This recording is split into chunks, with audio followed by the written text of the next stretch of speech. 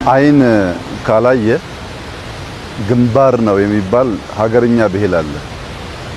አይንን ገልጦ ማየት ካልተቻለ ልክ እንደ ግንባር ተልእኮውን ዋነኛ ስራውን ያጣዋል። እኛ በበቂ ማየት ባለመቻላችን ለዘመናት በከተማችን ልናይ የሚገባንን ውበት ልናይ የሚገባንን ሳቢ ቦታ ማየት ሳንችል ኖረናል። እንግዲህ እንደምታውቁት ኮከብ አጽብሃ የሚባለው በጣም እድሜ ጠገብ ሃይ ስኩል እዚህ ጋር ይገኛል። እዚህ የተማሩ በጣም ብዙ ሰዎች አሉ። ቀበና ስመጥር ወንዝ ነው፣ ድልድዩ በጣም ይታወቃል። በዚህ አካባቢ ብቸኛው ድልድይ ስለነበረ በዚህ ድልድይ ያልተሻገረ ይሄን አካባቢ የማያውቅ ብዙ ሰው የለም። አዲስ አበባ ቀበና አሁን ያለውን ቅርጽ፣ አሁን ያለውን መልክ፣ አሁን ያለውን ውበት ሊይዝ ይችላል ብሎ ማየት ያስፈልጋል። አስቀድሞ ማየት ሲቻል ስራ ይከተላል። ያው እንደምታስታውሱት ኮሪደር ስንጀምር ዋነኛ ስራችን የነበረው እንደ መሪ የወሰድነው 3P ነው። የመጀመሪያው ፒ ፕሌስ ነው፣ ቦታ።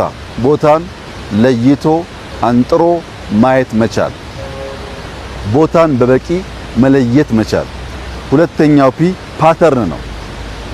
ቦታን ማየት ብቻ አይደለም፣ አጠቃላይ ጉዞውን ሲምለስ የሆነ ፓተርን ማልበስ ይፈልጋል። ሁለተኛው ፒ የነበረው ፓተርን ነው። ሶስተኛው ፒፕል ነው። ለሰዎች ምቹ እንዲሆን ቦታን አይተን ፓተርን አስይዘን ዜጎች፣ ታዳጊ ልጆች ሀገራቸውን እየወደዱ በሀገራቸው እየቧረቁ ማደግ አለባቸው የሚል ቁጭትና እምነት መሻት ነው የነበረን። ዛሬ እንግዲህ አዲስ አበባ ውስጥ መጠነኛ ቢች አየን፣ ሌክ አየን፣ ጄት ስኪ አየን፣ ትናንሽ ቦቶች አየን።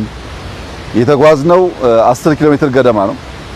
ከእንጦጦ ጫፍ ጀምሮ እስከ ቀበና 10 ኪሎ ሜትር፣ ከጣሊያን ኤምባሲ ጀርባ ጀምሮ እስከ ቀበና ሌላ 3-4 ኪሎ ሜትር እንዳየኸው በሁለቱም ሳይድ ወኮ ያለው በጣም ብዙ ቦታ ለልጆች መዝናኛ የሚሆን ቦታ አለው። ዛፎች፣ ፍሩቶች ተተክለዋል። ከላይ ጀምሮ በጣም ተተክሏል ፍሩት። የሚፈለገው ይሄ ነው።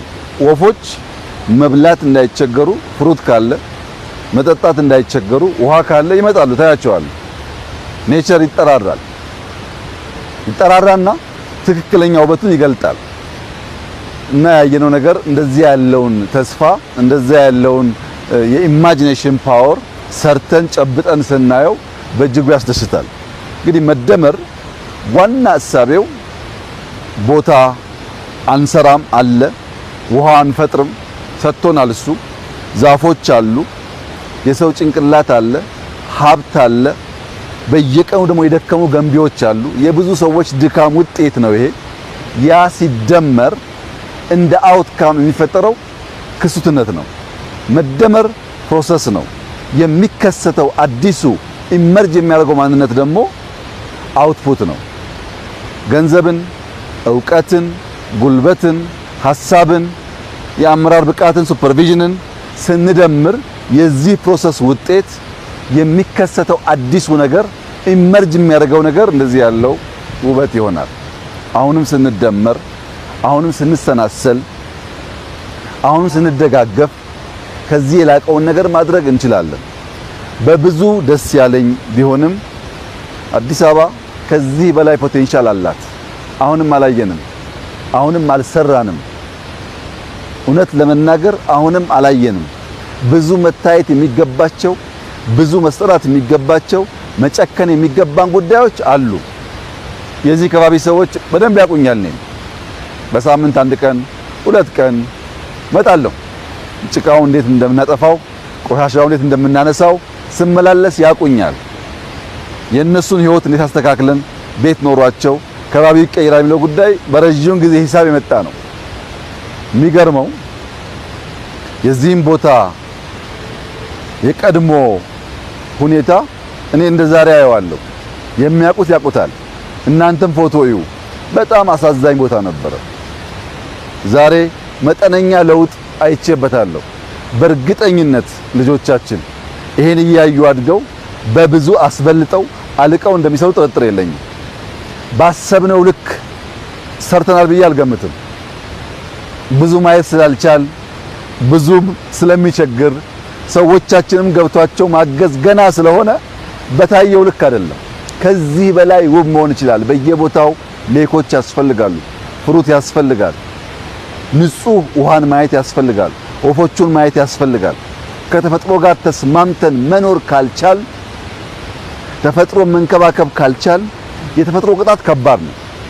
ዓለም ላይ ልክ እንደ ሳይኮሎጂካል ዋርፌር እንደምንለው ኢኮሎጂካል ዋርፌርም አለ። ኢኮሎጂካል ዋርፌር ውሃ ላይ፣ አፈር ላይ፣ የአየር ንብረት ላይ የሚሰራ ስራ ነው። ልክ በሌላው አስተሳሰብን ሌላ ቦታ ወስዶ መትከል መንቀል እንደሚቻለው ሁሉ በኢኮሎጂም ዋርፌር አለ።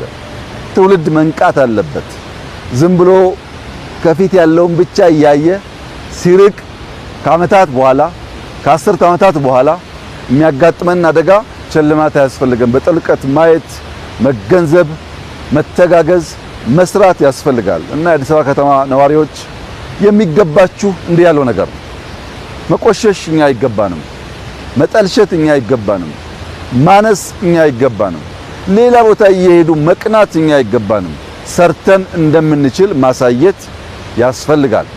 ይህንን ስል ለከተማችን ነዋሪዎች በሌላም ዓለም ላሉ ዜጎች መናገር የምፈልገው ነገር ይህንን ግድብ ስንጀምር አንድ አይደለም 2-3 ሙያተኞች አትችሉም ብለውናል። የምንሰራውን የኮሪደር ስራ አትችሉም የሚል ድምጽ ከግራ ከቀኝ ጠዋት ማታ እንሰማለን። አትችሉም፣ አይሳካላችሁም፣ አትከናወኑም፣ ትጀምራላችሁ እንጂ አትጨርሱም የሚሉ ብዙ ድምጾች አሉ። የኛዎቹ ይገርመኛል። ሌሎቹ ግን አይገባችሁም እያሉን ነው። የለም ይገባናል፣ የለም እንችላለን፣ ጥንታውያን ነበርን፣ በመሃል ጠፍተን ሊሆን ይችላል። ብንሰናሰል፣ ብንደመር፣ ብንተጋገዝ ውብ አገር አለን። ከማናችሁም የማያንስ ኢኮሎጂ